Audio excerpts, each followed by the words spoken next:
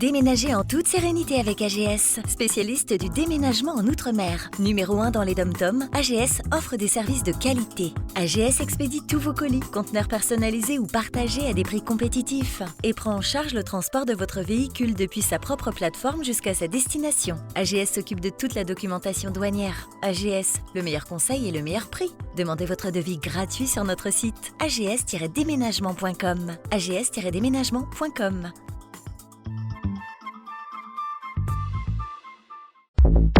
Mayotte, actualité. Pour l'édition du jour, méthode d'aménagement innovante, météo avec Mayotte qui est placée en préalerte cyclonique, la lutte contre l'immigration clandestine, le débat sur la piste longue et nous finirons avec le bilan de l'opération Mayotte île propre. Mais tout d'abord, à l'aide de ce journal, l'EPFAM veut réinventer l'aménagement urbain à Mayotte. C'est en s'inspirant de la nature que l'établissement public foncier d'aménagement de Mayotte, l'EPFAM, souhaite réinventer l'aménagement urbain à Mayotte. En effet, lors d'une conférence sur l'eau et le territoire intitulée Vers des approches bio-inspirées pour des habitants résilients à la technopole de Dembéni, l'EPFAM et le Centre d'études et d'expertise nationale en biomimétisme ont présenté des projets bio-inspirés pour des habitants résilients face aux défis climatiques. Deux sites pilotes, les ZAC de Coconi-Ouangani et ZAC de Kahani, serviront de test pour cette approche innovante. L'objectif est de repenser l'aménagement urbain en imitant les écosystèmes naturels. Dans ce test, l'idée est de créer des systèmes de captation d'eau atmosphérique inspirés de la nature. Cette démarche vise à améliorer la résilience face au changement climatique tout en préservant la santé des écosystèmes locaux. Le directeur de l'EPFAM, Yves-Michel Donard, estime que, je cite, « On est sur la bonne voie ». L'initiative ambitieuse visant à protéger les écosystèmes suscite un grand intérêt parmi les acteurs locaux. Une dizaine de réunions sur le sujet est prévue pour 2025. Et comme on dit chez nous, Jishtemaha en matière d'environnement, mais plus précisément sur la météo, Mayotte est placée en préalerte cyclonique.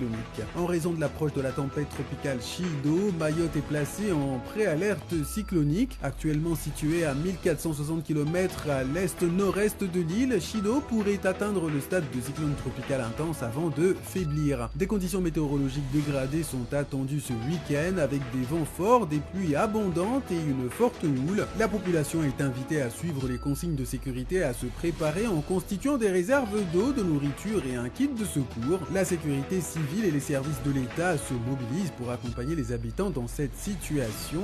Restons donc vigilants. Suite de ce journal, en matière de lutte contre l'immigration clandestine, Madagascar fait mieux que Mayotte. Fin novembre, une tragédie a frappé une cinquantaine de Somaliens tentant de rejoindre Mayotte depuis Madagascar. Leur embarcation à court de carburant et sans rame a dérivé dans l'océan Indien, obligeant les passagers clandestins à lutter contre les forts courants de l'océan. Ce sont des pêcheurs malgaches qui ont secouru les survivants, même si le bilan a été lourd, avec 5 personnes décédées et 20 autres disparues. Grâce à une collaboration inédite entre Madagascar et la Somalie, les survivants ont été rapatriés dans leur pays. Mais alors pourquoi une initiative similaire menée depuis Nosy Be ne pourrait-elle pas voir le jour à Mayotte, qui est pourtant confrontée à une arrivée régulière de migrants dans des conditions similaires? La diplomatie française et les autorités mahoraises peinent à obtenir des laissez-passer consulaires, mais l'exemple de Madagascar montre qu'il est possible de trouver des solutions immédiates. En tout état de cause, les camps continuent de se former à Mayotte pour accueillir des migrants qui cherchent un endroit où dormir.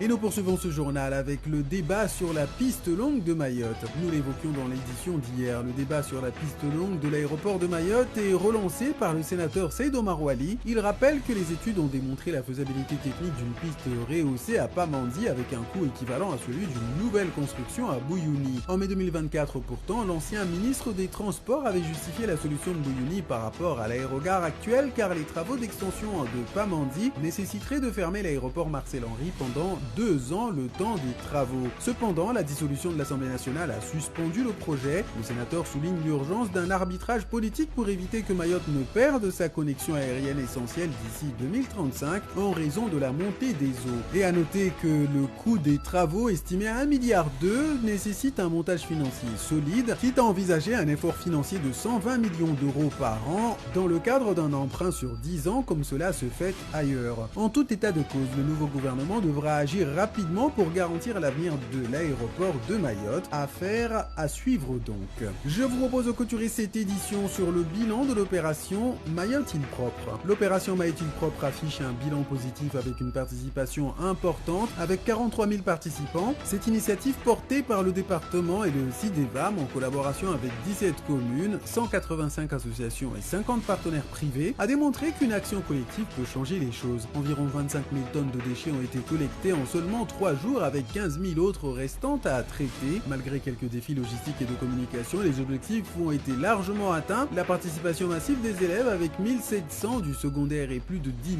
des écoles élémentaires a renforcé l'impact éducatif de l'opération. Et pour Abdul Kamardine, chargé de la coordination, il est important d'intensifier la sensibilisation auprès des jeunes et des adultes pour réduire les comportements nuisibles. Enfin, pour le président du CIDEVAM, l'opération est une réussite. Les territoires disposent de toutes les infrastructures nécessaires pour être propres. L'enjeu désormais est de transformer cette mobilisation ponctuelle en un engagement durable, et ce en commençant par changer les pratiques individuelles, à savoir sortir ses poubelles les bons jours, les déposer aux endroits appropriés, effectuer le tri sélectif et se rendre à la déchetterie ou encore appeler les services des encombrants.